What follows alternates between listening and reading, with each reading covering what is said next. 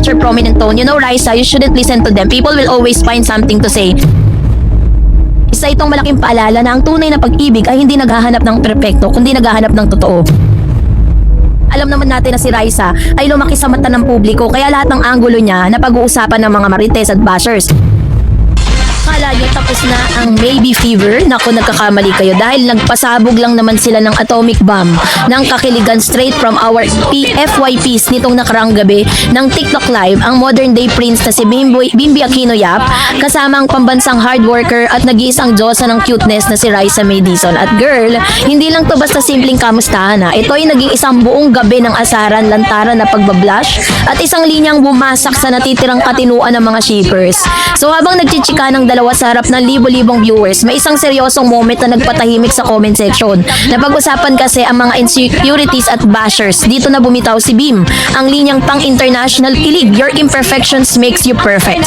So lahat ng yan ay pag-uusapan natin maya-maya lang. But before that, if you haven't subscribed yet to my YouTube channel, please don't forget to like, share, and subscribe at hit mo na rin ang notification bell for more showbiz updates. Bago tayo mag-start, let's watch this video clip. Kasi, dami kong Okay lang yan. Your imperfections make you perfect. Naiyak talaga, di ba? Naiyak ako, babe. Nakalak pala mga ganun-ganun eh. So, grabing atake naman yan, Bim. Diretsa ang tingin sa camera at walang kurap, sabay bitaw ng linyang pamatay habang si Raisa naman ay literal na nag-malfunction at nag-hide ng muka sa likod ng kanyang mga palad. Narito ang buong detalye ng breakdown ng kilig kung bakit ang TikTok Live na ito ang itinuturing na the ultimate ship event of 2026. Ang tagpong nagpakulap sa social media or the context. Medyo casual lang ang simula ng live. Si Raisa ay mukhang katatapos lang sa kanyang taping sa kanila pong Eat Bulaga. Pero napakaganda ng glow habang si Bim naman ay chill lang na naka-t-shirt, white t-shirt, looking every bit that tall, smart and gentleman na kilala natin. Nung una, puro asaran lang yung tipong kulitan ng dalawang magkaibang tao na halatang may matinding chemistry. Pero nag-ibang ihip ng hangin nang magbasa na, no? Nung ito pong si Raisa May ay humarap sa camera at pilit niya po na parang nilalagyan ng filter yung kanyang cam, no? Yung front cam or yung kanilang live. Kaya naman po nabanggit ni Bim yung mga katagang ito na sabi niya, your imperfections makes you perfect. Talaga naman nagdala po ng matindihang kilig sa lahat ng mga viewers po nila. And during those times na sila po ay nagla-live, sila po ay talaga namang sa pagkakataong yun, talagang naramdaman ni Miss Raisa May that Mr. Bimbi Aquino Yap really accept her, no, for who she is. Dahil alam naman natin na si Raisa ay lumaki sa mata ng publiko, kaya lahat ng anggulo niya na pag-uusapan ng mga marites at bashers. Dito na ngayon sumingit ang Golden Boy. Kitang-kita sa mukha ni Bimbi na biglang nagseryoso ang kanyang mga mata. Sabi niya, in his signature prominent tone, you know, Raisa, you shouldn't listen to them. People will always find something to say. But for me, your imperfections make you perfect. That's why, or that makes you, and that's why you're amazing. So, kung makarinig ka naman ng ganun, diba? Hindi ko alam kung kanino nagmana si Bim, no? Oh my God, is this a real life? Ang comment section ay literal na nagwawala. Ang mga emojis na heart react, tapos crying emoji, tapos meron parang teary eye emoji, diba? Ay parang rumaragas ang ilog sa bilis. Wala nang nakababasa sa mga susunod na nangyari. Dahil lahat ay nag-screen record na para i-post sa kanilang mga TikTok accounts. And syempre, hindi rin po napigilan na magkaroon ng Gen Z rant. Bakit nga ba iba ang atake ng linyang ito? Bakit nga ba grabe ang tama sa atin ng your imperfections makes you perfect? Kasi sa henerasyon natin ngayon na punong-puno ng face up filters, perfect Instagram grids, at matinding pressure na maging flawless, napakahirap makahanap ng tao na titingin sa likod ng mga imperfections mo at sasabihin gusto kita dahil dyan. Si Bimbi, kasi kung i-transpose natin yung ginamit ni Bim na mga salita dun sa live, yun yung pinaka-exactong meaning, diba? Parang on our layman's term, gusto kita dahil sa mga imperfections mo, parang ganun. Si Bimbi na lumaki rin sa pamilyang laging nasa ilalim ng microscope ng publiko ay alam ang pakiramdam ng hinuhusgan. Kaya nang sabihin niya yun kay Raisa, hindi lang yun banat, no, para sa magpakilig. It came from a place of genuine understanding and deep admiration.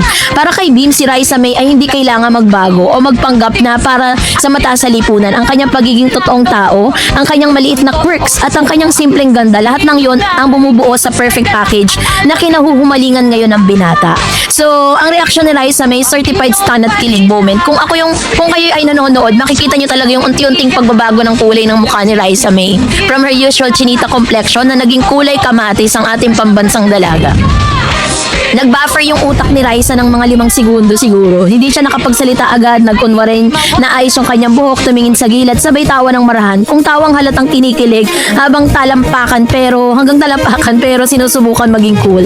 Hala siya, grabe ka naman magsalita, Beam, 'di ba? Nakakahiya sa mga manonood. Ang cute-cute nilang tignan dahil si Beam naman, matapos bitawan ang mga linya, ay parang proud na proud sa sarili niya habang nakatitig lang kay Raisa. Na parang ito yung pinakamagandang tanawin sa buong mundo. Sabi nga ng isang netizen sa comment, Bimbi's looking at Raisa's like he just won the lottery.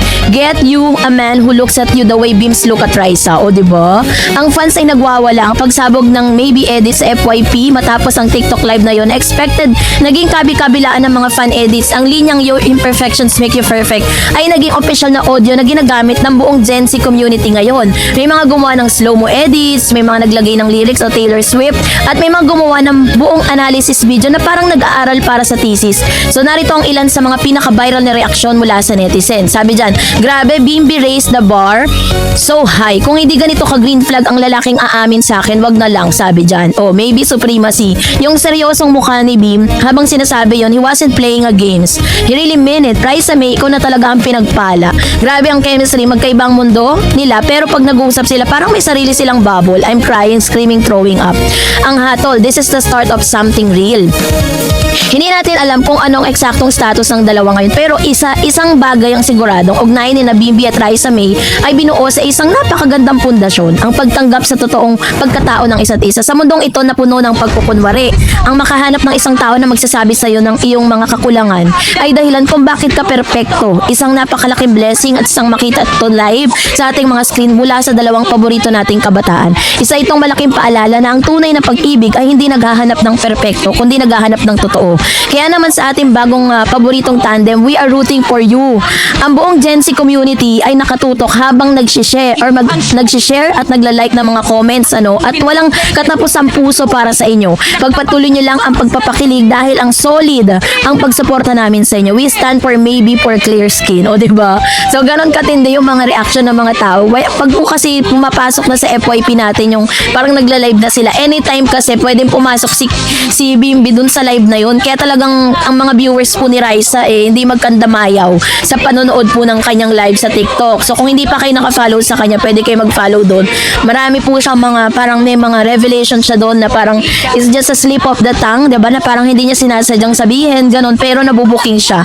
Kaya panoorin nyo lang po yun. So for more updates, and that's it for today. For more videos and updates, please don't forget to like and subscribe, and please don't forget to follow my Facebook page, Dar Eds TV and Dar Eds channel. God bless everyone.